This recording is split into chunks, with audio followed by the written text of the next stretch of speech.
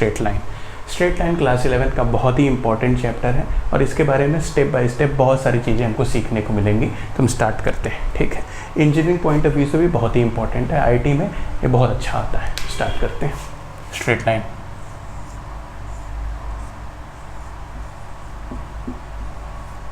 Straight lines. तो देखो straight lines के बारे में हमको पढ़ना है। तो स्ट्रेट लाइन शुरू करूँ इसके पहले ये आपसे उम्मीद की जाती है कि कोऑर्डिनेट ज्योमेट्री के क्लास 10 के जो भी फॉर्मूले हैं वो आपको आने चाहिए। और है क्या, बहुत इंपॉर्टेंट है, गिन के 4 या 5 फॉर्मूले हैं और देखिए वो क्या क्या है। सबसे पहली बात तो होती है कि कार्टेशियन प्लेन आपको जानना है। कार्टेशियन प्लेन क्या होता है? कार्टेशियन प्लेन XY प्लेन को ही बोला जाता है, यानी 2 dimensional plane is also known as Cartesian plane. और जहाँ पर ये हॉरिजॉन्टल एक्सिस और vertical axis, horizontal axis x dash O, x को x एक्सिस बोलते हैं, और y o y डैश पूरी को हम y एक्सिस बोलते हैं। जहाँ पर ये दोनों का इंटरसेक्शन होता है उसको हम बोलते हैं ओरिजिन। ये सब आप जानते हैं। और ओरिजिन क्या होता है? All the distances are measured from the origin itself, यानी सभी डिस्टेंस अगर आप इधर से इधर जाओगे तो भी यहीं से नापोगे, इधर से इधर जाओगे तो भी, इधर से ऊपर तो भी, और इधर से नीचे तो भी आप, यानी ये ओरिजिन यानी रेफरेंस पॉइंट है। तो इसका कोऑर्डिनेट क्या होता है? इसका कोऑर्डिनेट 0 0 होता है, यानी x भी 0 y भी 0। भाई रेफरेंस पॉइंट का तो 0 होना ही चाहिए ना, अदरवाइज तुम नापोगे कैसे? समझ रहे हो बात को? इस साइड में तुम देखो इधर x पॉजिटिव होता है और y ऊपर पॉजिटिव होता है, यानी ये जो कोऑर्डिनेट बना यहाँ पर, ये जो क्वाड्रेंट बना, क्वाड्रेंट मतलब 360 का 1/4 क्वाड्रेंट, यानी 1/4 ऑफ 360। तो ये फर्स्ट क्वाड्रेंट होता है, ये सेकंड क्वाड्रेंट होता है, ये थर्ड क्वाड्रेंट होता है और ये फोर्थ क्वाड्रेंट होता है ना। ये सब तुम जानते हो बहुत जल्दी है ना, समझदारी से। ये फर्स्ट क्वाड्रेंट हो गया, अच्छा ये सेकंड क्वाड्रेंट हो गया, ये थर्ड क्वाड्रेंट हो गया और ये फोर्थ क्वाड्रेंट हो गया। समझ रहे हो ना बात को? और एंटी क्लॉकवाइज मूवमेंट ही हमेशा होता है। जब भी कोऑर्डिनेट ज्योमेट्री पढ़ने चलो तो इतना जान लो, कोई भी काम करोगे ना तो एंटी क्लॉकवाइज ही करोगे। तो एंटी क्लॉकवाइज मूवमेंट कर दिया तो इसका मतलब पहला क्वाड्रेंट ये, फिर दूसरा क्वाड्रेंट, फिर तीसरा और चौथा। ठीक है, मैं जल्दी जल्दी बता रहा हूँ, ये बात तो तुम जानते हो। फिर भी मैं, अगर तुम नहीं भी जानते हो क्लास 10 तो भी तुम इससे अपना सारा क्वेश्चन कर सकते हो। 11th में कोई दिक्कत तुम्हें नहीं आने वाली। ठीक है, तो देखो ये फर्स्ट क्वाड्रेंट यहाँ पर x इधर पॉजिटिव, y ऊपर पॉजिटिव। अब तुम x एक्सिस के लेफ्ट हैंड साइड में चलोगे तो x क्या होता है? इधर नेगेटिव होता है। y तो ऊपर पॉजिटिव था तो यहाँ तो y पॉजिटिव ही है, तो y इधर क्या हुआ? पॉजिटिव हुआ। अब तुम किधर चल रहे हो? अब तुम x में तो नेगेटिव और y में भी नेगेटिव। इस क्वाड्रेंट को देखो, ये जो क्वाड्रेंट है इसमें जो एरो लाइन को देखो, ये जो क्वाड्रेंट है ना, इतना पोर्शन, इसमें x लेफ्ट और y नीचे की तरफ, तो x भी नेगेटिव और y भी नेगेटिव। उसके बाद हम फिर से चौथे में आ गए। चौथे में तुम देखो कि चौथे क्वाड्रेंट में क्या है? चौथा क्वाड्रेंट में x तो पॉजिटिव, क्योंकि इधर तो राइट में ही मूवमेंट हो रहा है, और y किधर है? y नीचे है, तो यानी x पॉजिटिव और y नेगेटिव। तो कन्वेंशनल बात यहाँ पर क्या निकली? हमेशा हम x के कोऑर्डिनेट को पहले लिखते हैं, यानी x, y ही लिखते हैं हम, x के फिर y के। यानी ये क्या है? ये एक कन्वेंशन और ये चला आ रहा है, यानी ये किया जा रहा है। क्यों किया जाता है? कोई रूल है ना? कन्वेंशन मतलब चीज़ें चली आ रही हैं, यही किया ही जाता है। ठीक है, सही बात है ना? तो ठीक है, तो अब देखो जैसे फॉर एग्जांपल एक पॉइंट मैंने लिया P और इसका कोऑर्डिनेट अगर P लिया, ये फर्स्ट क्वाड्रेंट में है तो बाय डिफ़ॉल्ट इसके x और y दोनों क्या होंगे? पॉजिटिव होंगे। अब जरा ये भी समझ लो कि जब कोऑर्डिनेट होता है वो दूरी कहाँ से नापते हैं। जैसे मैंने फॉर एग्जांपल ये कहा 4,3, ठीक है, तो x पे 4, इसका मतलब ये यहाँ से एक परपेंडिकुलर जरा ड्रॉप करो तो x एक्सिस पर, और यहाँ से एक परपेंडिकुलर ड्रॉप करो y एक्सिस पर। ठीक, ये तो तुम देखोगे ये जो दूरी आ रही है, ये ऊंचाई, यही ऊंचाई तो y है, तो यानी ये 3 है। ठीक है ना, ये 3 है। और ये जो दूरी तुम देख रहे हो, ये जो दूरी देख रहे हो ना, यही क्या चीज़ है? यही 4 है। यानी समझ में बात, ये 4 और ये ऊंचाई 3, तभी ये क्या हुआ? 4,3। समझ में आ रही बात ना? क्लियरली समझ लो। यानी दिस हाइट इज 3, यानी यहीं पर ये हाइट है जो ये 3 है, और ये जो डिस्टेंस ये क्या है? ये 4 है।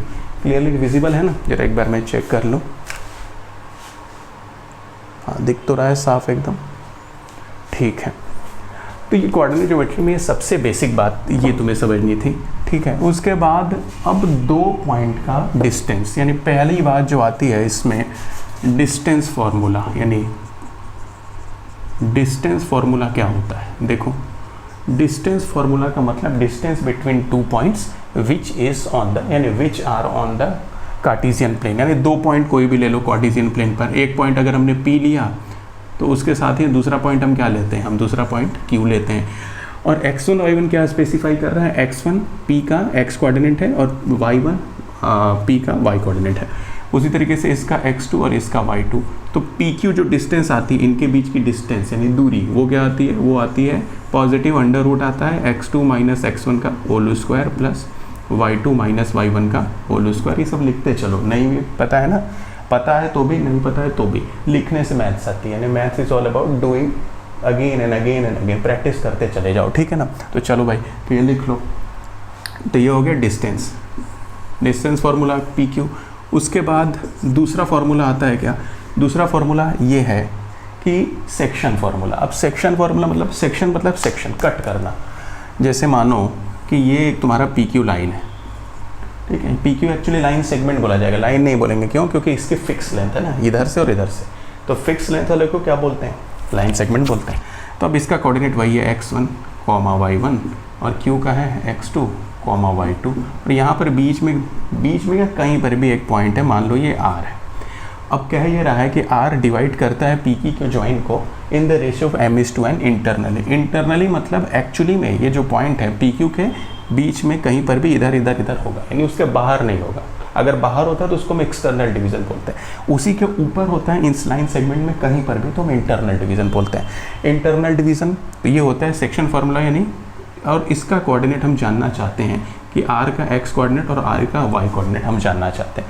तो एक तरीका है लिखने का, बहुत अच्छे तरीके से हम कैसे लिख सकते हो, R लिखो उसके ब्रैकेट में x लिखो। इसका मतलब you are interested to find the x coordinate of the R।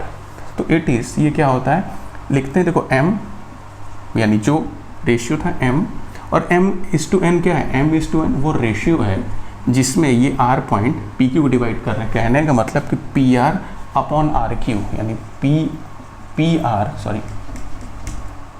PR upon RQ, इसकी वैल्यू m/n यानी m:n है, यही चीज़ है। आ रही बस समझ में, बहुत सिंपल चीज़ है।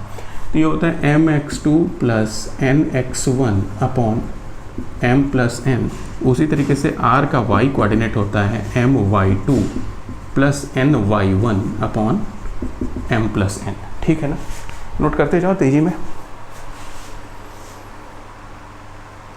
तो ये जो था फॉर्मूला निकल के आया, इसको क्या बोलते हैं, ये था हमारा सेक्शन फॉर्मूला था। ये कौन सा, ये वाला था section, SECTION section formula internal division,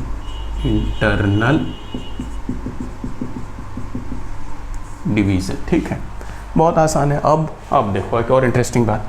अब एक काम करो कि अगर m यानी ये पॉइंट, इसको खींचते हुए एग्जैक्टली इसके मिड पॉइंट पर ले, यानी मिडिल पॉइंट पर ले आओ PQ के, यानी R जब क्या हो जाएगा, उस समय R हो जाएगा मिड पॉइंट। यानी जो तीसरा फॉर्मूला निकल के आया, तीसरा वो आया mid point formula, mid point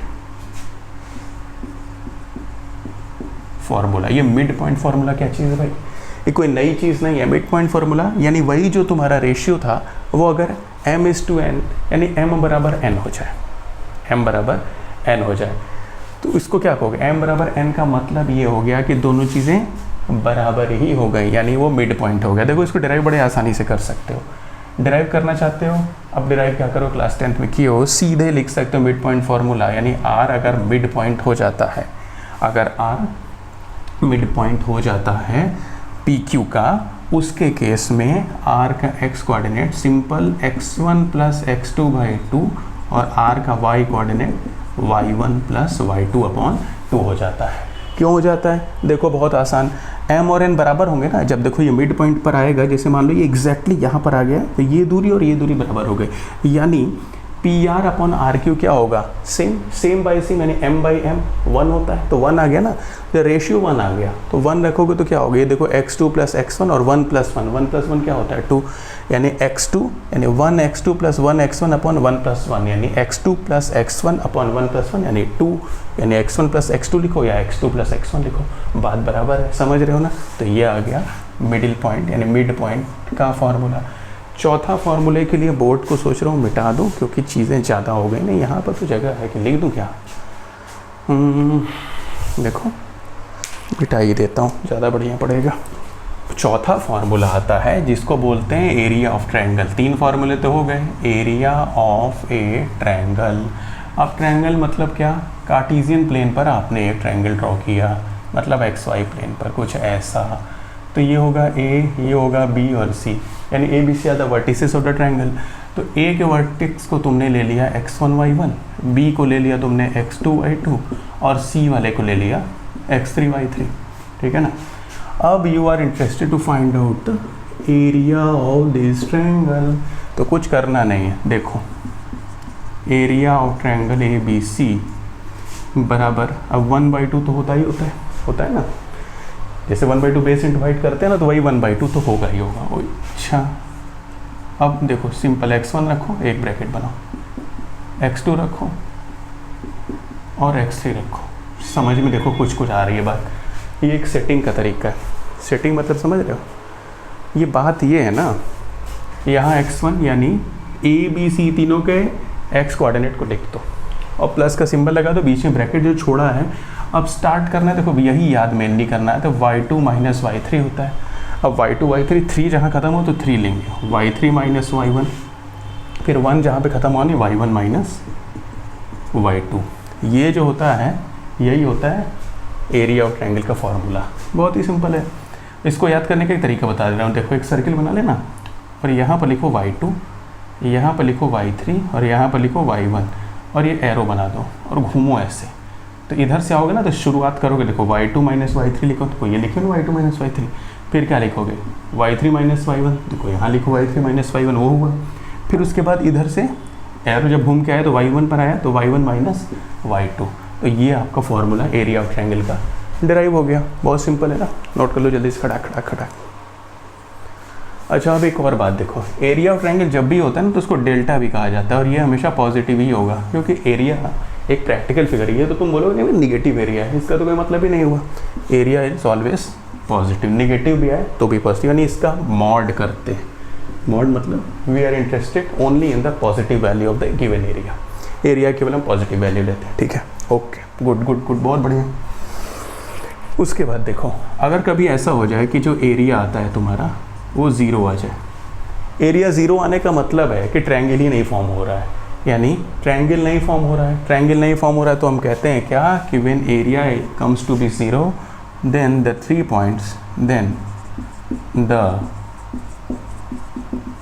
points are क्या हैं?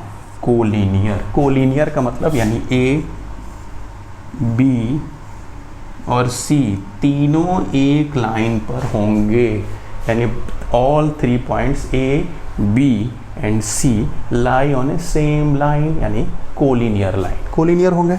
अब कोलिनियर होने का मतलब है कि एरिया 0 होगा। वैसे वर्षा, अगर कोलिनियर होते हैं पॉइंट तो एरिया 0 होता है, और अगर एरिया 0 होता है तो पॉइंट्स कोलिनियर होते हैं। क्लियर? बस इतनी चीज़ें क्लास 10th में आपने पढ़ा है। क्विक रिवीजन हो गया? ठीक है, जल्दी से मिटा दें इसको। हम लोग थे स्ट्रेट लाइंस पे, है ना? तो देखो स्ट्रेट लाइन की कहानी अब शुरू होती है प्रॉपरली। तो याद रखो जो स्ट्रेट लाइन होती है ये क्या है? ये होती है simplest geometric figure, simplest geometric figure. ठीक है ना? 2 डायमेंशनल ज्योमेट्री की सबसे आसान यानी सबसे बेसिक आइडिया जो है वो क्या है? स्ट्रेट लाइन होती है। अब ये जो स्ट्रेट लाइन तुम्हारी है इसके बारे में कुछ बातें। अब इस स्ट्रेट लाइन के बारे में तुमको ये सीखना है कि स्ट्रेट लाइन क्या क्या चीज़ें, उससे terms related to straight line क्या क्या स्ट्रेट लाइन की चीज़ें होती हैं। तो पहली चीज़ जो आती है उसको सबसे पहले बोलते हो स्लोप ऑफ ए लाइन। मतलब अच्छा देखो स्ट्रेट लाइन को ST लाइन भी लिखते हैं शॉर्ट में, याद रखना। मैंने लिखा है, तुम भी लिख सकते हो। एग्ज़ाम में मत लिख देना, एग्ज़ाम में पूरा लिखा जाता है, सब्जेक्टिव एग्जामिनेशन में तो पूरा ही लिखते हैं। तो slope of a straight line, तो देखो क्या होता है स्लोप ये फिजिक्स में भी है, ये कॉन्सेप्ट बहुत ही इंपॉर्टेंट है और यहीं से कॉन्सेप्ट फिजिक्स में भी गया है, आया यहाँ पर है मैथ्स का यूज़ होता है सब जगह, ठीक है। तो ये तो मैथ्स की ब्यूटी है, ये मैथ्स के कंसेप्ट लाइफ में हर एस्पेक्ट में यूज़ होते हैं, ठीक। शुरुआत करते हैं। देखो तो सबसे पहले तुम एक क्या बना लो, एक्स वाई प्लेन बना लो। एक्स वाई प्लेन बन गया, एक्स वाई प्लेन बन गया, ठीक है। एक्स वाई प्लेन बनने के बाद एक लाइन आपने बना दी, ये रैंडमली आपने एक लाइन खींच दी। तो इस लाइन को नाम दे दो एल, जैसे नाम होता है ना सबका, जैसे तुम्हारा नाम क्या है, जैसे तुम्हारा नाम है रिंकू, मिंकू, चिंकू और मेरा नाम रोहित है, वैसे ही। तो इस लाइन का नाम हमने ले लिया एल। अब ये जो एल लाइन है इसके बारे में देखो, ये जो लाइन है ये पॉजिटिव एक्स एक्सिस से एक सर्टेन एंगल बना रही है, उस एंगल को हमने बोला थीटा। तो यहाँ पर एरो लाइन को देखना, एरो जो मैंने बनाया, एरो मतलब इधर से, ये देखो,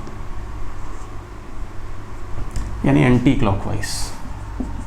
और अभी शुरुआत थी जब हमने की, तो सबसे पहली बात क्या बताई कि जब भी तुम कोऑर्डिनेट ज्योमेट्री पढ़ रहे हो सारा काम एंटी क्लॉकवाइज ही करो, ठीक है ना, सारा काम हो जाएगा तुम्हारा। तो एंटी क्लॉकवाइज यानी ये जो लाइन एंगल बना रही है, ये एंगल, ये जो है जिसको मैं कलर कर रहा हूँ, ये हो गया थीटा, ठीक है ना, समझ में आ रही है ना बात बहुत। और यहाँ से जो एक और एंगल बचा, बोलो तुम समझ रहे हो ना हम क्या कहना चाह रहे हैं। ये जो लाइन है, एक तो थीटा बना और दूसरा क्या बना, तो 180 माइनस थीटा बचा कि नहीं, ये वाला एंगल, ये वाला एंगल क्या बना, 180 माइनस थीटा। इससे अलावा कुछ बचेगा बताओ, थीटा और 180 माइनस थीटा, यही बचेगा। इस लाइन के बारे में अगर हम बात करें, यहाँ तक अगर देखें, ठीक, यही हो सकता है ना, थीटा हो 180 माइनस थीटा होगा, यही लाइन आपका एक्स एक्सिस से बना रही है, एक्स एक्सिस पर ही हम बात कर रहे हैं। तो ये जो थीटा एंगल है, इस थीटा को बोलते हैं inclination of line, inclination of line, यानी ये लाइन पॉजिटिव एक्स एक्सिस से एंटी क्लॉकवाइज डायरेक्शन में जितना एंगल फॉर्म करती है उसी को हम बोलते हैं थीटा। तो यानी इंक्लिनेशन ऑफ लाइन यानी theta is always in, inclination of line always in, okay. इसमें नोट में एक अलग बात लिख लो, अच्छे से लिख लो, तब कंसेप्ट तगड़ा हो जाए कि theta is always measured from positive x axis, positive x axis से ही थीटा को हमेशा नापा जाता है, हमेशा, ये याद रखना। इसीलिए इसके दो एंगल बने, एक तो थीटा बना और एक दूसरा ये वाला कौन सा बना, 180 माइनस थीटा बना, ठीक है ना। अब देखो क्या, ये तो बन गया थीटा, इसको बोलते हैं इंक्लिनेशन। कहाँ से नापते हो, हमेशा एंटी क्लॉकवाइज डायरेक्शन में, पॉजिटिव एक्स एक्सिस से एंटी क्लॉकवाइज डायरेक्शन में हमेशा नापते हो, यानी always measured from positive x axis anti clockwise, anti clockwise always, ठीक है ना। दिख रहा है ना यार, बीच बीच में आके देखता हूँ मैं कि साफ तो दिख रहा है, साफ तो है भैया। Always measured from positive x axis anti clockwise direction में नापते हैं, ठीक है। अब देखो क्या होता है, अब इसी थीटा की जो tan में वैल्यू होती है, tan में वैल्यू जो तुम्हारा थीटा है 30 डिग्री, 40 डिग्री, 32 डिग्री, 40, 50, 100 जितना, उसको tan में जो आती है उसी को तुम स्लोप बोलते हो। यानी स्लोप क्या है, slope is the tan value of the theta, यानी टेंजेंट ऑफ द थीटा। जो ट्रिग्नोमेट्री का tan होता है ना, वही चीज़ है, वही tan किसका रेशियो होता है याद करो, परपेंडिकुलर अपॉन बेस का, वही चीज़ है। तो tan theta is the slope. इसी स्लोप को ग्रेडियंट भी बोलते हैं, ग्रेडियंट, यानी इतने नाम है, आइदर यू से स्लोप और यू से ग्रेडियंट और यू से tan थीटा।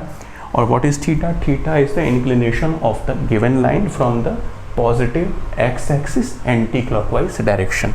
तो tan थीटा, इसी स्लोप को एक नामकरण कर दिया गया, m बोला जाता है, यानी स्मॉल m अगर आए, वैसे m अल्फ़ाबेट कहीं और इस्तेमाल होगा तब नहीं, लेकिन अगर कोऑर्डिनेट ज्योमेट्री में m आ रहा है, स्ट्रेट लाइन तुम पढ़ रहे हो, तो जब भी m आएगा तो तुम समझ लो क्या बोलना चाह रहा है, तुमको बताना चाह रहा है कि slope of a line which is m।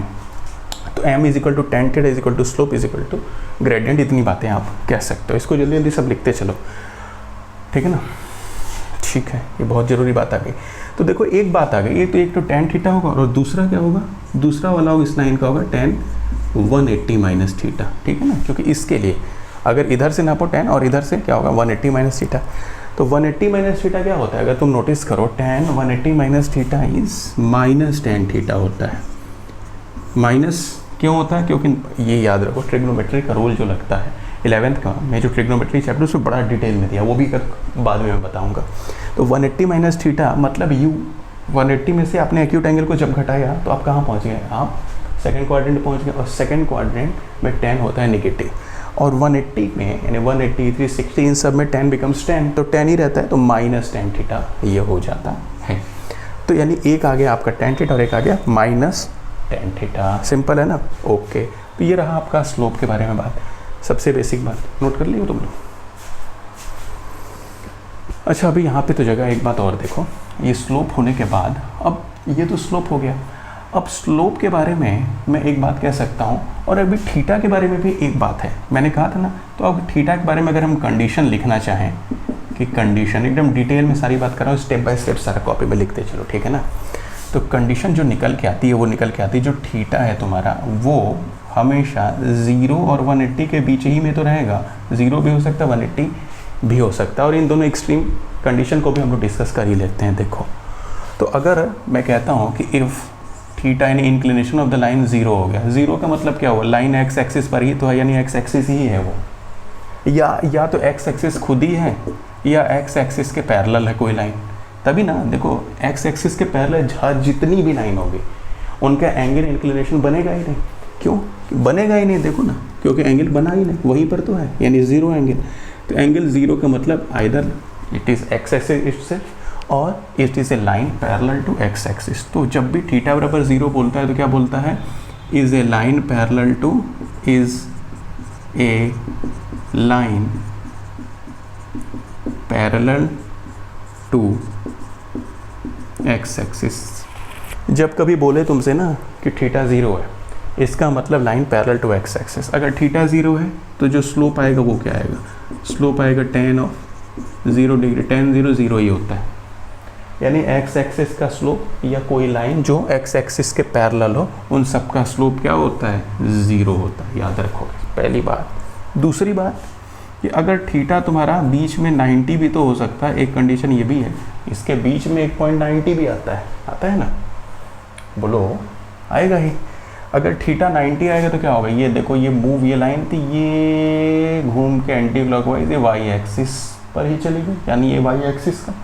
तो जब थीटा 90 हो गया यानी इंक्लिनेशन 90 हो गया, तो उसके केस में स्लोप जो होता है वो tan 90 होता है। और एक इंटरेस्टिंग बात यह है कि tan 90 होता है नॉट डिफाइंड, tan 90 होता है नॉट डिफाइंड, क्योंकि जब आप ग्राफ पढ़ेंगे tan का, तो tan 90 का जो ग्राफ होता है वो वाई एक्सिस के पैरेलल चला जाता है, चलते जाता है, कभी मिलेगा नहीं, कभी नहीं मिलेगा, तो नॉट डिफाइंड ये बात हो गई। यानी वाई एक्सिस का लाइन स्लोप, यानी slope of y axis is not defined. Y axis का स्लोप डिफाइन ही नहीं किया जा सकता, अच्छी बात है। अच्छा, एक और बात है, एक और बात आती है कि या तो नॉट इसका होता है वाई एक्सिस का, या एनी लाइन, जब हम लाइन लिख रहे हैं ना तो स्ट्रेट लाइन, ये बात समझ के चलो, any line parallel to y axis.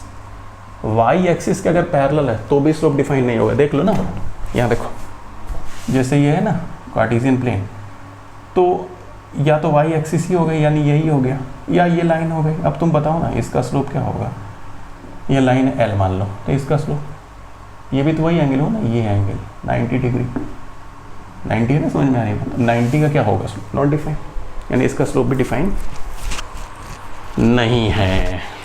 बढ़िया दिख रहा है ना, एकदम सॉलिड दिख रहा है, एकदम अल्ट्रा क्लियर, बढ़िया। अभी और जगह है और लिख देता हूँ।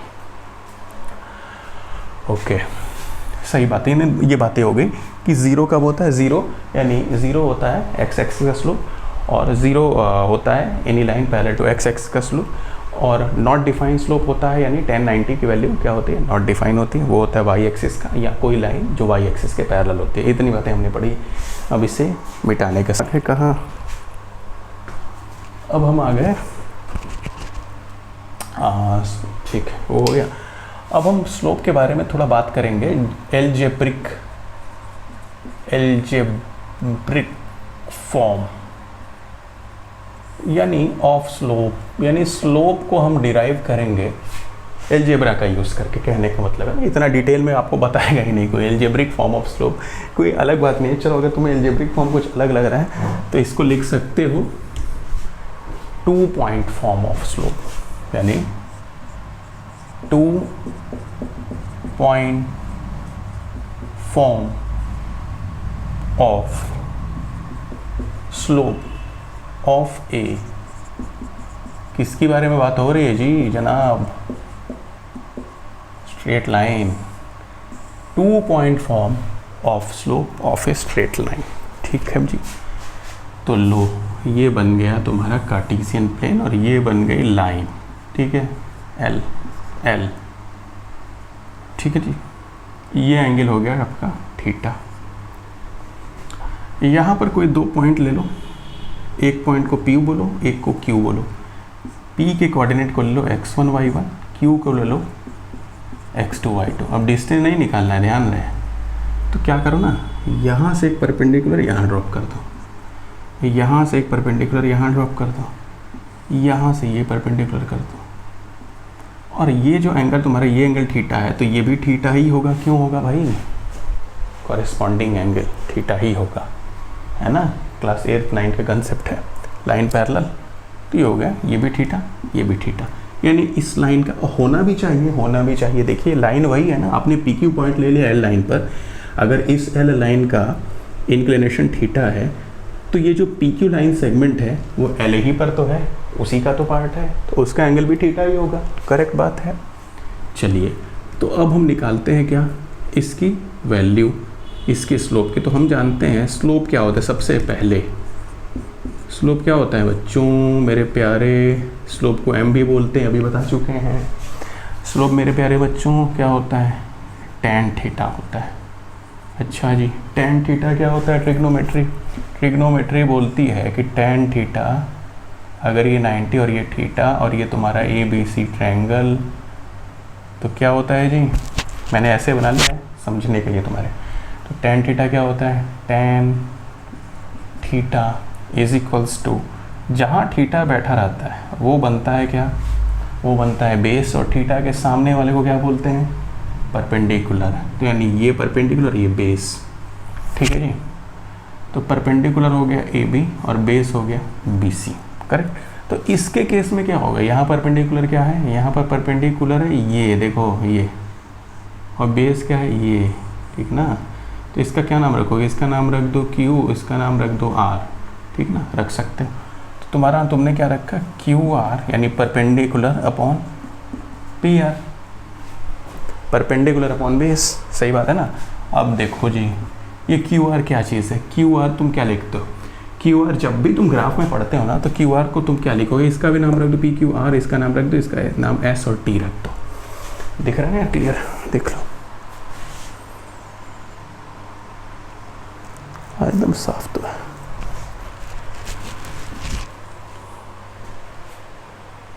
तो देखो tan थीटा बराबर QR अपॉन PR, तो स्लोप हो गया m। तो अब देखो क्या करोगे? QR क्या चीज़ है? QR है तुम्हारा QS माइनस RS। उसी तरीके से ये क्या चीज़ है? ध्यान से देखोगे, ये PR क्या है? PR बराबर जस्ट उसके सामने ये एक रेक्टेंगल बन गया, तो TS है। और TS को और इलेबोरेट करो और खोलो तो क्या निकला? TS और कुछ नहीं, TS है तुम्हारा, ये दूरी क्या है? ये ओरिजिन है ना, तो TS क्या निकला? OS minus OT। और ये जो QS है ना बेटा, ये QS भी इसके सामने इसके रख के एक आ जाता है। यानी अगर ये Q है, इसका नाम अगर मैंने Q डैश रख दिया, इसका नाम मैंने R डैश रख लिया। क्योंकि सारी जो दूरी है, पहली कहानी क्या थी? पहली कहानी यही थी कि कोऑर्डिनेट ज्योमेट्री में बेटा कोई भी जो दूरी है ना, वो ओरिजिन से ही लिखोगे। समझ में आ रही बात? तो ये जो QS है, ये QS क्या होता है? ये QS एग्जैक्टली QS के सामने ये Q डैश O आया, क्योंकि एक रेक्टेंगल बड़ा सा बना है ना, Q डैश Q S और O। तो Q डैश O लिखो यहाँ, या ओ से लिखते हैं ना, तो ओ क्यू डैश माइनस, यानी क्यू एस और ओ क्यू डैश सेम ही है, देख लो ये दूरी, ये ऊंचाई क्यू एस और ये ऊंचाई ओ क्यू डैश सेम ही है, तो ये लिखा माइनस माइनस ये क्या है आर डैश, या आर डैश नहीं ओ आर डैश, यानी देख लो ये आर एस और आर एस की जो हाइट है और ये जो ओ आर की जो हाइट है वो सेम है, तो ये और ये रखा, और O S upon O T. बेटा ये ना इसलिए रखा जाता है कि सारी डिस्टेंसेस हमेशा ओरिजिन से लिखी जाती है। अब देखो ओ क्यू डैश की वैल्यू है कितनी, यहाँ से यहाँ तक ये जो हाइट है देखो वाई एक्सिस पर मूवमेंट है, तो तुम इसका कोऑर्डिनेट मिलाओ, ये y2 है ना, y2 यही हाइट तो है, तो ये हाइट ये हुआ एग्जैक्टली, यानी ये हुआ क्या चीज़ y2, और ओ आर डैश क्या हुआ ओ आर डैश, ये किसके इस पॉइंट के है ना, इस पॉइंट के कॉरेस्पॉन्डिंग देखो P के कॉरेस्पॉन्डिंग आए हो, P का पॉइंट का कोऑर्डिनेट क्या था x1 y1, यानी x1 तो ये दूरी थी, y1 ये ऊंचाई थी, और ये ऊंचाई और r डैश हो सेम ही है, तो y1। अब OS को चलो देखो पकड़ो क्या है OS, देखो OS कहाँ पर हो Q के कॉरेस्पॉन्डिंग हो ना, यानी Q के नीचे गए हो, यानी ये जो दूरी है पूरी वो क्या है वो x2 है, क्योंकि इसका कोऑर्डिनेट क्या था x2, और ये दूरी क्या है OT, ये x1 है, तो x1 घटा दी, इसी को जो आता है ना y2 minus y1 upon x2 minus x1, यही है तुम्हारा स्लोप। तो x2 क्या निकल के आया m is equals to y2 minus y1 upon x2 minus x1, this is the slope when the coordinates of the 2 points are given. और आया कैसे, आया एक्चुअली tan थीटा से, तो ये वेरी वेरी इंपॉर्टेंट है, याद रखोगे, नोट कर लो इट, ठीक ना। चलो आगे चलते हैं बेटा, जैसे मान लो ये है तुम्हारा और ये लाइन है तुम्हारी, ठीक, और एक पॉइंट है तुम्हारा P जिसका कोऑर्डिनेट तुमने ले लिया x1 और ये y1 ले लिया, और ये एक पॉइंट तुम्हारा है सॉरी ओरिजिन पर ही ले लो, यानी यहीं पर ले आ दो ओरिजिन, ठीक है ना, यानी ये तुम्हारा ओरिजिन हो गया, ये तुम्हारा y एक्सिस, ये तुम्हारा x एक्सिस, और ये y डैश, और ये तुम्हारा x डैश, ठीक है। अब ये थीटा है, अब उस फॉर्म में, यानी जिस फॉर्म में बताया था, हमने तो बताया था कि tan थीटा ही होता है स्लोप, स्लोप क्या होता है अभी बात हुई थी, स्लोप इज tan थीटा, इसी को m बोलते हैं। और अभी जो फॉर्मूला पढ़ा उसमें पढ़ा y2 minus y1 upon x2 minus x1।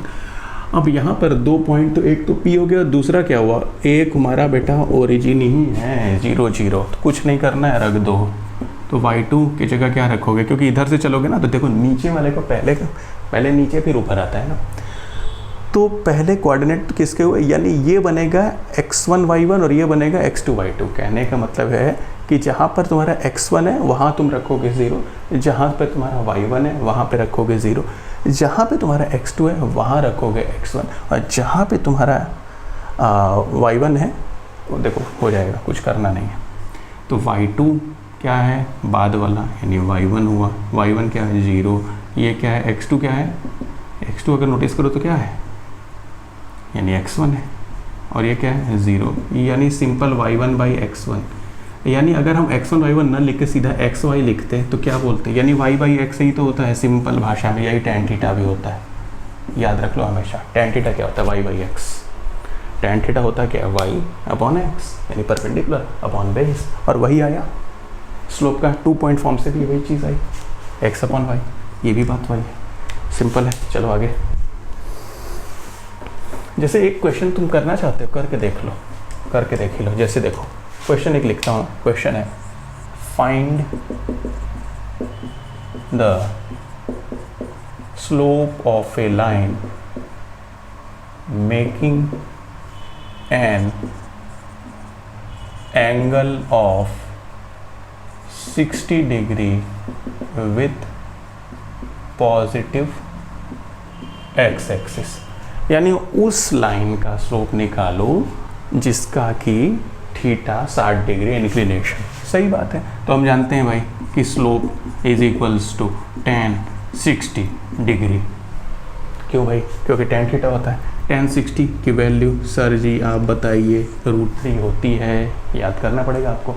यार देखो ये तो तुम्हें याद करना होगा, tan 30 होता है तो 1/√3 होता है, tan 60 है कितना होगा रूट 3, 1045 इज 1, 1090 नॉट डिफाइंड, 10 0, इतना तो तुमको याद करना ही पड़ेगा, है ना, कोई चारा नहीं है। तो गुड, ये हो गया। तो स्लोप कितना आ गया, दिस इज m, यानी m की वैल्यू यहाँ पर क्या है, रूट 3। नेक्स्ट पे आओ, एक क्वेश्चन ये रहा। दूसरा क्वेश्चन अगर मैं तुमसे कहता हूँ कि अगर हमें तुम्हारे सामने थीटा को 120 डिग्री दे दे, क्या अब निकालो स्लोप, तो कहोगे सर जी मुझे आती है tan 120। तो मैंने कहा बेटा tan 120 की वैल्यू कैसे निकालोगे। तो अब ये क्वेश्चन हो गया प्योरली ट्रिग्नोमेट्रिक का।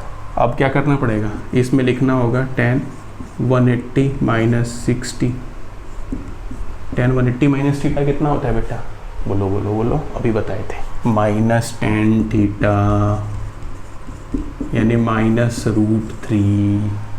और बात भी सही है, इसका फिजिकल सिग्निफिकेंस के लिए ही मैंने बताया। देखो बेटा, ये तो तुम्हारा कोऑर्डिनेट हो गया ना, कार्टेशियन प्लेन, और लाइन तो ऐसे जाएगी कुछ, देखो ये लाइन जाएगी L, क्योंकि ये जो एंगल है ना, ये यही 120 है पॉजिटिव डायरेक्शन से। देखो ये एंगल दिख रहा है, हम भी देखें दिख रहा है कि नहीं, बड़ा साफ दिख रहा है, कोई दिक्कत नहीं है, वाह वाह, गुड गुड। तो कितना आ गया tan 120, तो यानी इसकी वैल्यू आ गई, यानी ऑब्ट्यूज एंगल अगर है तो वो निगेटिव होगी उसकी m की वैल्यू, क्योंकि भाई सेकंड क्वाड्रेंट में tan निगेटिव ही होता है। और अक्यूट होगी यानी बिटवीन 0 एंड 90, तब उसकी वैल्यू क्या होगी, वो पॉजिटिव होगी, वो तुमने देख लिया। तो ये आसान चीज़ है, इसको लिख लो। 2 पॉइंट फॉर्म का भी एक करके तुम्हें दिखा देता हूँ, नोट ना।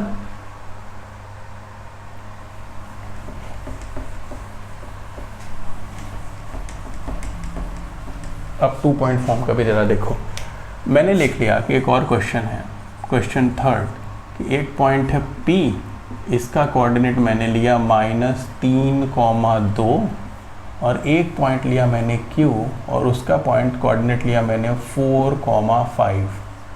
अब मैं चाहता हूँ कि ये जो PQ लाइन है ना, एक जो लाइन होगी PQ से पास करेगी कि नहीं। अगर वो लाइन PQ से पास कर रही है, वो लाइन अगर PQ से पास कर रही है तो उसका स्लोप कितना होगा, यही हमारा सवाल है। ठीक है, इससे अलग से ना 11th में तुमको बनाने की ज़रूरत नहीं पड़ती कि -3 इधर लोगे, है ना, इस क्वाड्रेंट में, फिर उसके बाद ये फर्स्ट क्वाड्रेंट में लोगे, उसको जोड़ोगे और एक्चुअली में देखोगे कितना आ रहा है। ये सब करने की ज़रूरत नहीं, इसीलिए ना फॉर्मूला डिराइव किया गया। इतनी मेहनत क्यों हो रही है, इसीलिए हो रही है। तो ये स्लोप सीधा निकालेंगे, स्लोप बराबर क्या लिखेंगे, y2 minus y1 upon x2 minus x1। यहाँ से चलेंगे तो ये बनेगा x1 y1, इधर से चलेंगे फिर ये बनेगा x2 y2। हमेशा बेटा यही होता है x1। ठीक करके देखो तो क्या हो रहा है, y2 यानी 5, तो y2 हुआ ना 5 माइनस y1 इज़ 2, x2 क्या है 4, x1 क्या है -3, x1 देखो क्या है -3 है ना, -3 क्या आ गया, 5 में से 2 गया 3, 4 और 3, क्योंकि माइनस और माइनस, ये माइनस की वजह से माइनस प्लस हो गया 7, कितना आ गया 3/7। ठीक है, तो यानी तुम्हारा tan थीटा आ गया 3/7। तो थीटा कितना आएगा, थीटा आएगा tan इनवर्स 3/7। तो बेटा इसलिए मैंने जानबूझ के दिया ना कि स्लोप ऐसा भी आ सकता है। अब तुम कहोगे इसका वैल्यू कैसे निकलेगा, तो ऐसा है ना जी कि इसकी वैल्यू के लिए आपको tan का टेबल देखना पड़ता है, उससे आप निकाल सकते हैं। अदरवाइज तुम गूगल पे लिखोगे ना जैसे ही कि tan या 3/7, tan इनवर्स 3/7 होता है गूगल में साइंटिफिक कैलकुलेटर, उससे भी निकाल सकते हो। और चेक करो कि ये वैल्यू कितनी आ रही है, चेक करके हमको कमेंट सेक्शन पर बताना कितनी आ रही है ना। हाँ, तो दिस इज द वैल्यू। देखो क्या है, अब आती है कंडीशन फॉर 2 लाइन्स, लाइन्स मतलब straight lines, conditions for 2 lines to be parallel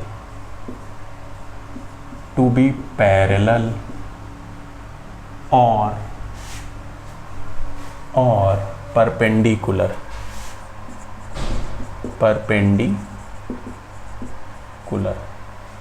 और नहीं एंड लिखो ज़्यादा बढ़िया है, परपेंडिकुलर यानी पैरेलल। 2 लाइन अगर पैरेलल हैं तो भाई उसमें क्या रिलेशन है, और अगर दो लाइन परपेंडिकुलर हैं तो उनमें क्या रिलेशन है। तो ये जो रिलेशन है हम किस में देंगे, इसका मतलब है इन टर्म्स ऑफ स्लोप हम जानना चाहते हैं, in terms of their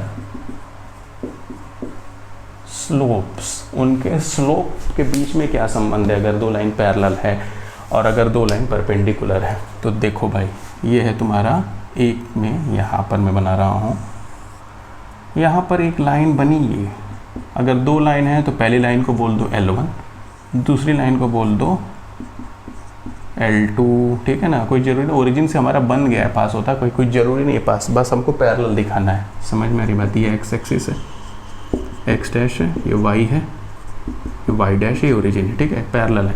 parallel है तो ये एंगल अगर कुछ होगा, फॉर एग्जांपल अगर ये एंगल थीटा है तो ये वाला एंगल कितना होगा, थीटा ही होगा। क्यों होगा, दो लाइन अगर पैरेलल हैं, ध्यान से देखो, दो लाइन अगर पैरेलल है, एक लाइन पॉजिटिव एक्स एक्सिस से एंटी क्लॉकवाइज डायरेक्शन में अगर थीटा एंगल बना रही है तो दूसरा एंगल भी थीटा ही होगा। क्यों, क्योंकि लाइंस अगर पैरेलल होती हैं तो ये और ये एंगल बराबर हैं, इनको बोलते हैं कॉरेस्पॉन्डिंग एंगल। देख लो भाई, अगर दो लाइन पैरेलल है, एक ट्रांसवर्सल खींचते हो तो इसको बोलते हैं कॉरेस्पॉन्डिंग, इसको भी बोलते हैं कॉरेस्पॉन्डिंग।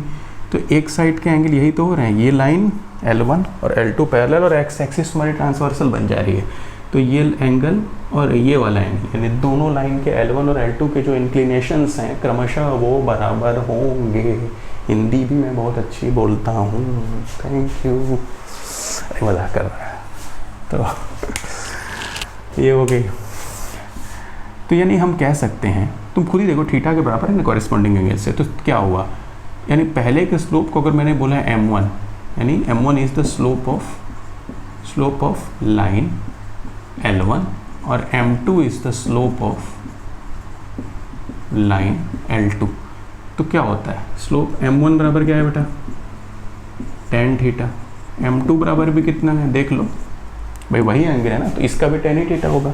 तो क्या मिला, इम्प्लाइज दैट M1 बराबर M2, यानी यही है कंडीशन कि when two lines are parallel then their slopes are equal, यानी slopes are equal। दो लाइन अगर पैरेलल हैं तो उनके स्लोप बराबर होते हैं। बढ़िया, ये हो गई पहली कंडीशन, यानी फॉर पैरेललिज्म, पैरेलल से पैरेललिज्म, परपेंडिकुलर से परपेंडिकुलैरिटी आती है। इतना कहने की कोई मुंह टेढ़ा करने की जरूरत नहीं है, यानी दो लाइन अगर बेटा पैरेलल है तो उन दोनों लाइनों के जो स्लोप है वो बराबर होते हैं, ठीक है ना। उदाहरण के लिए अगर हम तुमसे कहें एक लाइन है जिसका स्लोप है तुम्हारा से 2, तो जो दूसरी लाइन उसके पैरेलल होगी उसका भी स्लोप 2 ही होगा, यानी m की वैल्यू बता रहा हूँ, tan थीटा की वैल्यू, है ना, ये बात। अब इसको नोट कर लो, खटाक से खड़ा।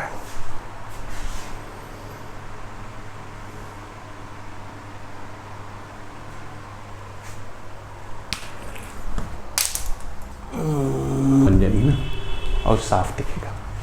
तो परपेंडिकुलर के लिए बात कर रहे हैं, तो दो ये तुम्हारा बन गया क्या, Cartesian plane, x dash, y dash और ओरिजिन, ठीक है। अब देखो, अब क्या है, आवाज़ तो साफ आ रही है ना मेरे, एकदम क्लियर, अल्ट्रा क्लियर आनी चाहिए, ठीक है ना। तो एक लाइन है तुम्हारी, ये देखो, मान लो ये L1 है और दूसरी लाइन है तुम्हारी ये L2। ये देखो, इनके बीच में जो एंगल है, यानी जो जहाँ पे दोनों लाइन एक दूसरे को इंटरसेक्ट कर रही हैं, वहाँ पर जो एंगल इनके बीच का क्या है, 90। यही मतलब होता है, यानी एंगल, यानी when one of line is perpendicular to the other line, यही है इसका मतलब, ये L1 और ये L2।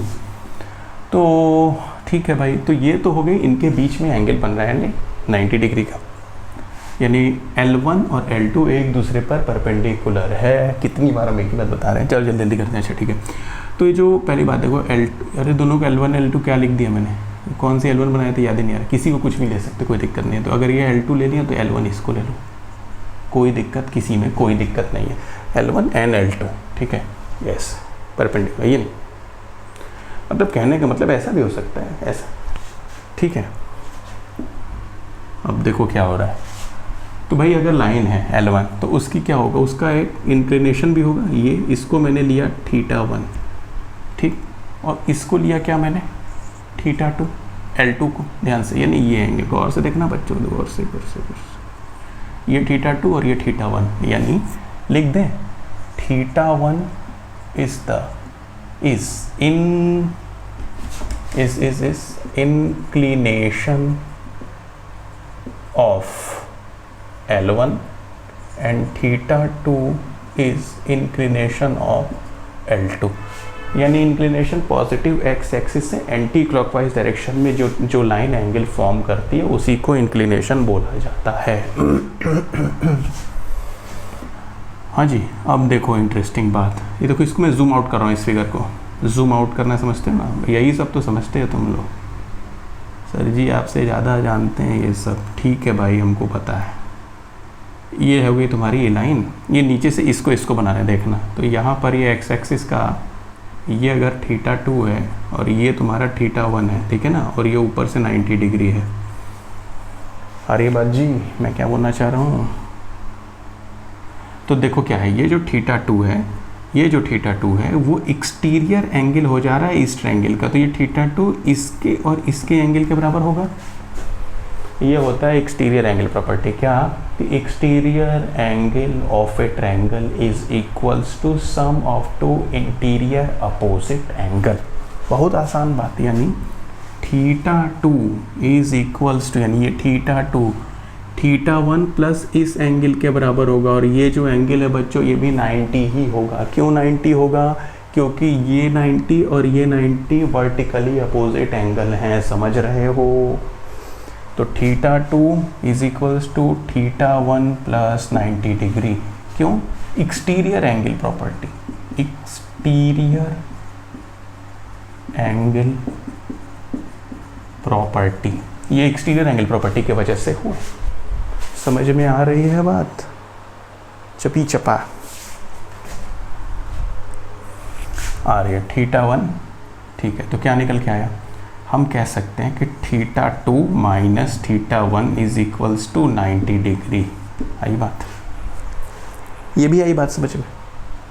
अब देखो, अब काम बहुत धड़ाधड़ होगा। देखो, तो पहले बताओ कि स्लोप ऑफ L1 को मैंने बोला, स्लोप ऑफ L1 कितना होगा, और स्लोप ऑफ L1 को M1 बोल लो भाई, दो लाइन है ना, तो एक को M1 बोलो, दूसरे को M2। पहले वाले में भी हमने किया था, अगर दो पहले थे तो पहले लाइन के स्लोप को L1 को M1 बोला था और दूसरी लाइन के स्लोप को M2 बोला था। तो वही काम यहाँ भी कर रहा हूँ, ये M1 बोला था। M1 क्या होगा? Slope of line L1 is equals to what? Is equals to slope of line L1 is equals to tan theta 1, और M2 कितना होगा? स्लोप ऑफ L2 लाइन वो कितना होगा? tan थीटा 2, करेक्ट ना? तो थीटा 1 थीटा, देखो उनके बीच में एक रिलेशन बन गया है, कुछ करना नहीं है, नोटिस करो। tan थीटा 2 की जगह तुम लिख सकते, ये वैल्यू रखो, थीटा 2 की जगह रखो थीटा 1 प्लस 90। अब हमको बताओ मेरे प्यारे बच्चों, tan 90 प्लस थीटा कितना होता है? कॉम्प्लीमेंट्री एंगल आ गया। tan, देखो कॉम्प्लीमेंट्री एंगल जब भी आते हो, tan बिकम पहले तो कॉट हो जाता है एक बात, और कॉट थीटा लग जाता है, थीटा 1 लग जाता है इस एंगल के हिसाब से।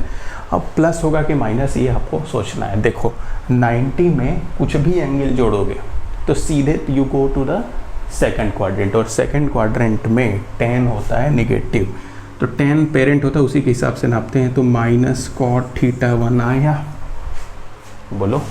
अब इसको क्या तुम ये लिख सकते हो? -1 अपॉन tan थीटा 1। क्यों? क्योंकि tan और cot एक दूसरे के रेसिप्रोकल होते हैं। अगर cot थीटा 1 है तो तुम लिख दो उसको 1 अपॉन tan थीटा 1। सही बात है, यही बात आ गई।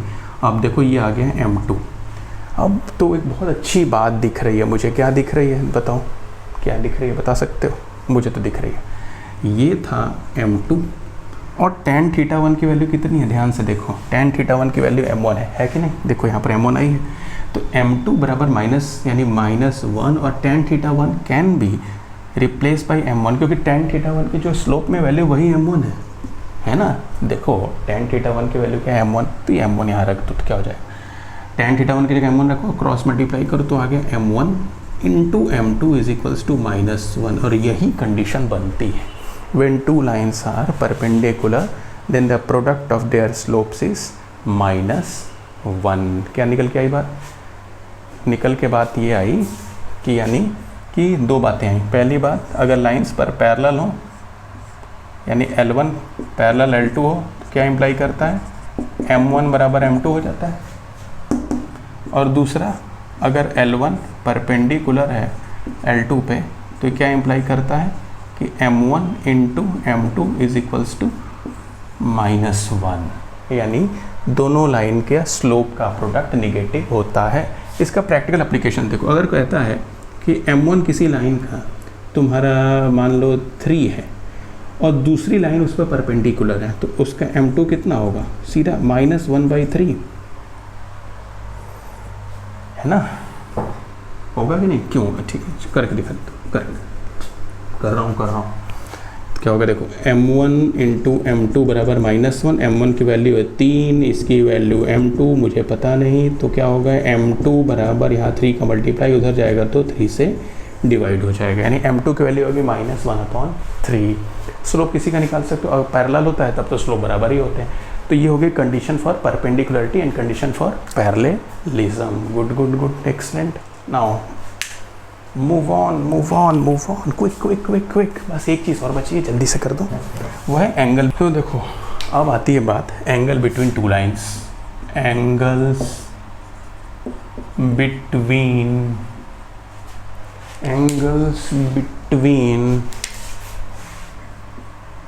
Two lines. अभी देखो ये दोनों एक्सट्रीम कंडीशन को पैरेलल और परपेंडिकुलर के अलावा अगर कुछ होगी बात तभी एंगल की बात आती है। अदरवाइज दो लाइन अगर पैरेलल तो एंगल उनके बीच का क्या है बेटा? 0। और अगर दो लाइन अगर परपेंडिकुलर तो उनके बीच का एंगल कितना है? 90। ये दोनों एक्सट्रीम कंडीशन के बाद हम पढ़ते हैं क्या कि दो लाइन के बीच में एंगल।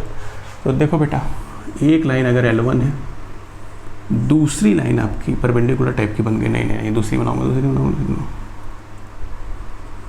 ये बनी L1, दूसरी लाइन बनी है आपकी L2, ठीक है। तो एक तो इनके बीच में एंगल बनेगा थीटा और दूसरा बनेगा 180 माइनस थीटा। बताओ बनेगा कि नहीं बनेगा? दो एंगल बनेंगे। इधर से देखो तो थीटा 180 माइनस थीटा और इधर से भी थीटा और 180 माइनस थीटा। लीनियर पेयर से है, सिंपल बात है, समझ में? दो ही एंगल बनेंगे, एक थीटा और एक दूसरा 180 में से जो यानी जैसे अगर 30 डिग्री पर कट कर रही है तो एक 30 बनेगा, इधर से देखोगे तुम और इस साइड से नापोगे तो कितना बनेगा? 150 बनेगा। यही ना बनेगा, यही बात कह रहा हूँ। तो हम निकालना चाहते हैं, तो यहाँ पर देखो क्या क्या दे दिया है तुमको दे दिया है कि तुम्हारे पास जो L1 का स्लोप है, और बढ़िया से बना दो क्या? बनाना पड़ेगा क्योंकि ना प्रूफ करना पड़ेगा। डिराइव कर रहा हूँ मैं, वो डिराइव करके जब पढ़ते हो पहली बार, बट डिटेल में जब पढ़ते हो तो दिमाग में एकदम लिखा ही जाती है बात पूरी। उसके बाद जब तुम उसके बाद क्वेश्चन लगाओ, हर क्वेश्चन लगाओ, केवल फार्मूला याद करके जब तुम नहीं आए रहते हो तो यहीं पर तुम लेवरेज ले लेते हो बाकी स्टूडेंट्स से, अपने कंपेनियन से, अपने साथियों से, ठीक है ना, और एग्ज़ाम में आगे एक्सेल कर जाते हो। तो देखो बच्चों, ये बन गई तुम्हारी XY एक्सिस, ये हो गई X, ये X डैश, ये Y और ये Y डैश, ये ओरिजिन। तो एक पहली लाइन अगर ये थी और दूसरी लाइन कुछ ऐसे है, ये L1 और ये L2, ठीक है। Y को ऊपर कर दो, कंफ्यूज ना हो, ठीक है। दिख रही है ना बात? साफ दिख रही है ना भाई? बढ़िया। ये हो गई L1, ठीक है। अभी देखो ये जो L1 लाइन है इसका इंक्लिनेशन को मैंने लिया θ1, इसके वाले इंक्लिनेशन को लिया मैंने θ2, ठीक है। और इनके बीच में जो एंगल फॉर्म हो रहा है उसको मैंने ले लिया अल्फ़ा। समझ में आई बात?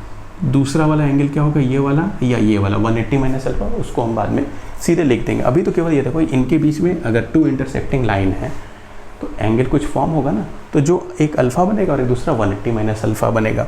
और θ1 और θ2 क्या लिख देंगे? θ1 इज इंक्लिनेशन ऑफ L1 और θ2 क्या है? Inclination of L2। θ1 L1 का इंक्लिनेशन है और θ2 L2 का इंक्लिनेशन, यानी पॉजिटिव एक्स एक्सिस से वो कितना एंगल फॉर्म कर रहा है, ये एंगल, एरो का डायरेक्शन देखते जाओ। ठीक है, अभी देखो इसमें भी एक बहुत अच्छा कंसेप्ट आ रहा है, वही कंसेप्ट लगाएंगे जो वहाँ पर 90 हो गया तो वही यहाँ पर अल्फ़ा है, यानी यही एक्सटीरियर एंगल। और ये देखो ये अगर अल्फ़ा है तो ये भी अल्फ़ा होना पड़ेगा ना बेटा, जो कि वर्टिकली अपोजिट, तो ये अल्फ़ा है तो ये भी अल्फ़ा होगा। अब देखो ये थीटा है, ये जो थीटा एक्सटीरियर एंगल हो गया इस ट्रायंगल का, ये और ये इस ट्रायंगल का, देखो ये जो ट्रायंगल है इस ट्रायंगल का क्या हो रहा है, एक्सटीरियर एंगल हो जा रहा है। अब एक्सटीरियर एंगल हो गया ये थीटा, क्योंकि एक्सटीरियर एंगल का मतलब ट्रायंगल के किसी एक साइड को आप आगे बढ़ा दें तो जो बाहर से एंगल बनता है, यानी ये एंगल, ये एंगल एक्सटीरियर एंगल है। तो यहाँ पर एक्सटीरियर एंगल प्रॉपर्टी से आप कह सकते हो कि θ2 बराबर होगा θ1 प्लस अल्फ़ा। अल्फ़ा हम समझ गए क्यों होगा, क्योंकि अगर ये अल्फ़ा दोनों के बीच का एंगल अल्फ़ा है तो वर्टिकली अपोजिट से भी अल्फ़ा ही होगा, यह है बात। तो ये एक कंसेप्ट निकल के आया।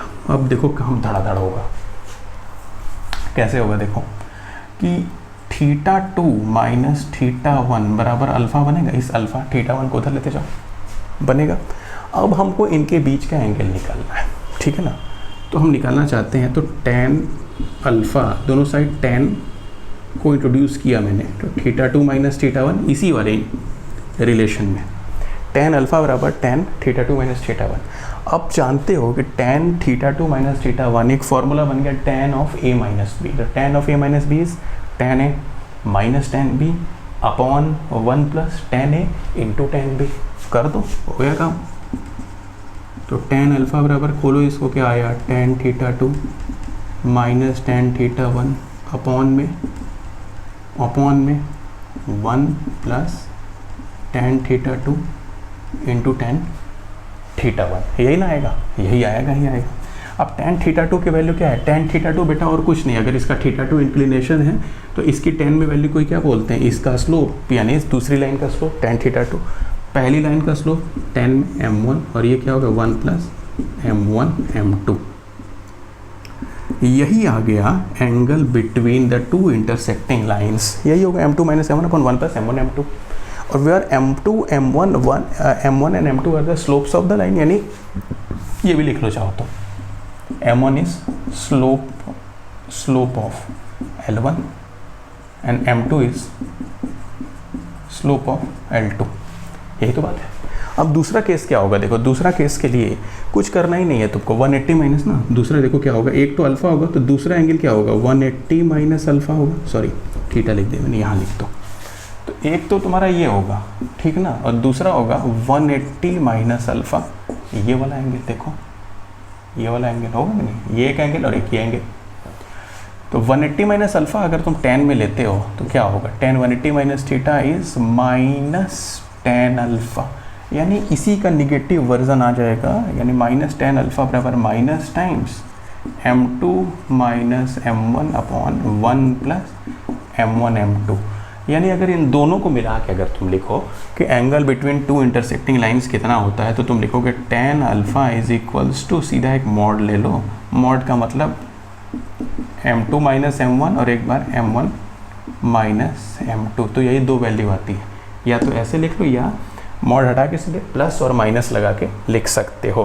कहने का मतलब कि अगर तुम नोटिस करो, अगर मान लो एक 60 डिग्री आ गया, देखो बहुत आसान है, अगर एक बार तुम्हारा एंगल तुम्हारा थीटा 60 डिग्री है, यानी अल्फ़ा 60 है, अल्फ़ा 60 है, तो एक तो तुम्हारा आएगा कितना tan 60 यानी √3, और दूसरा कितना आएगा tan 120, tan 120 कितना होता है, tan 180 माइनस 60 यानी माइनस √3, तो एक प्लस और एक माइनस, यही दो वैल्यू आती है। और हमेशा जब भी ऐसा क्वेश्चन करोगे ना तो ये ध्यान में रख के करना कि दोनों वैल्यू को लेके चलना, और दो वैल्यू के हिसाब से दो आंसर आते हैं, ठीक है, अगर स्ट्रेट लाइन के इक्वेशंस जो आते हैं, ठीक है। बस एक लास्ट चीज़ और बची, वो भी बता दो, ये तो हो गया ना, angle between two lines, angle between two lines यही होते हैं m2 minus m1 upon 1 plus m1 m2, और फिर minus m2 minus m1 upon 1 plus m1 m2, दोनों को हम मिलाते हैं तो tan अल्फ़ा, यानी यही अल्फ़ा जो एंगल बिटवीन टू लाइंस है वो आता है modulus of m2 minus m1 upon 1 plus m1 m2। अगर नोटिस करो ना तो यही m1 और m2 प्लस 1 ये कहाँ से आया है, ये ज़ीरो नहीं होना चाहिए,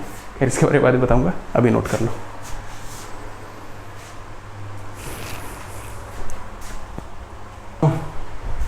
आज हमने काफ़ी कुछ पढ़ा स्ट्रेट लाइन के बारे में, इंट्रोडक्शन पढ़ा, उसके पहले हमने क्लास 10th की जो बातें थी कोऑर्डिनेट ज्योमेट्री की वो पढ़ी, फिर स्ट्रेट लाइन के पहले एक्सरसाइज के सारे कंसेप्ट पढ़ लिए।